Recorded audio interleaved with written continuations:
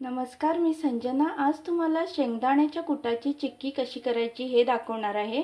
त्यासाठी लागणारं साहित्य आहे, हे शेंगदाणे आहेत.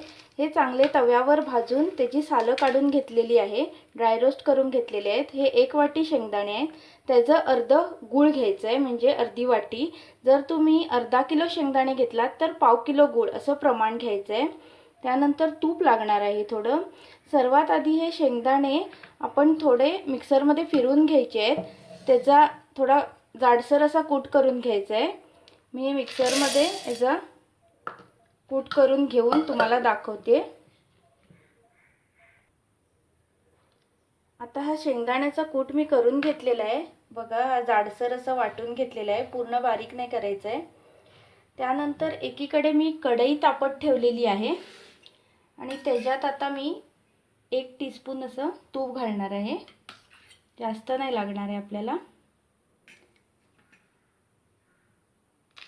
त्याच्यानंतर हा अर्धा वाटी गूळ घातलेला आहे, अर्धी वाटी. आणि ह्याचा आपल्याला छान असा पाक रेडी करून घ्यायचा आहे. बारीक गॅसवर ठेवायचा आहे.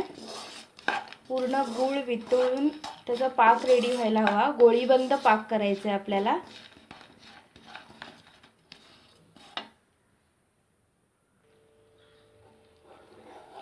आता आपला पाक हा रेडी होत आलेला आहे. हा पाक कसा तयार झाला हे बघायचं तुम्हाला मी तिळाचे लाडू दाखवले होते, त्याच्यामध्ये त्या रेसिपीमध्ये सांगितलं होतं. तरी आपण एकदा बघूया. हे वाटीमध्ये असं आपण गोळी टाकायची आहे आणि ही गोळी अशी बंद रेडी होते अशी.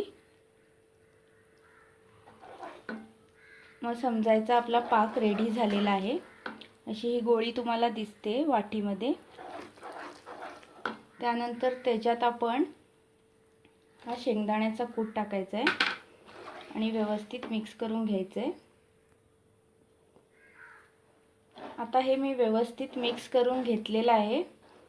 हे जरा कडेनी सुटायला लागलं, छान असं होत आलं की आपण समजायचं आपले चिक्कीचं मिश्रण रेडी झालेलं आहे. आपण गॅस बंद करून घ्यायचा त्या पॉइंटला आणि नंतर ते मिश्रण एका ताटामध्ये ओतायचं किंवा पोळपाटावर हे घेऊन लाटून घेतलं तरी चालेल. जरा गोळा रेडी होऊ देत त्याचा छान असा.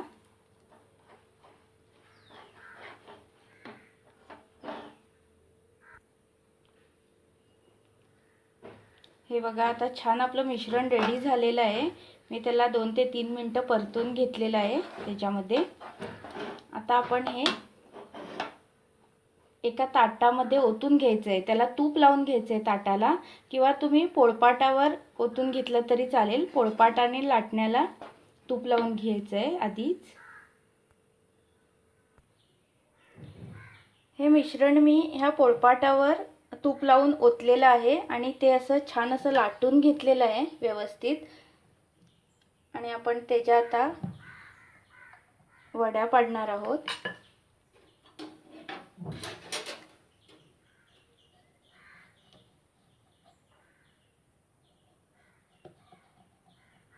हे थोडं ड्राय झाल्यावर छान त्याच्या वड्या पडणार आहेत. आपण आधी असं त्याला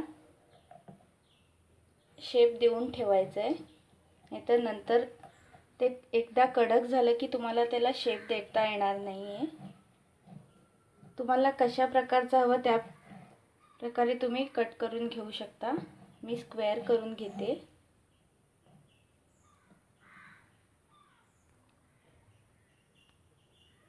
आता ह्या वड्या मी अशा कापून घेतलेल्या आहेत.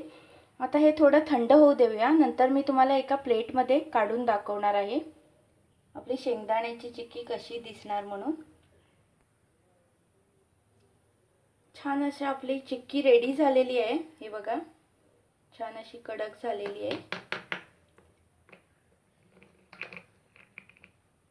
शेंगदाण्याच्या कुटाची चिक्की आपली घरच्या घरी तयार होणारी, आणि जास्त काही लागत नाही आपल्याला, फक्त शेंगदाणे, गूळ आणि तूप लागतं. सो तुम्ही नक्की ट्राय करून बघा. रेसिपी कशी वाटली नक्की सांगा. आपली लहानपणाची आठवण करून देणारी ही चिक्की आहे. नक्की नक्की ट्राय करा आणि मला कळवा. थँक्यू.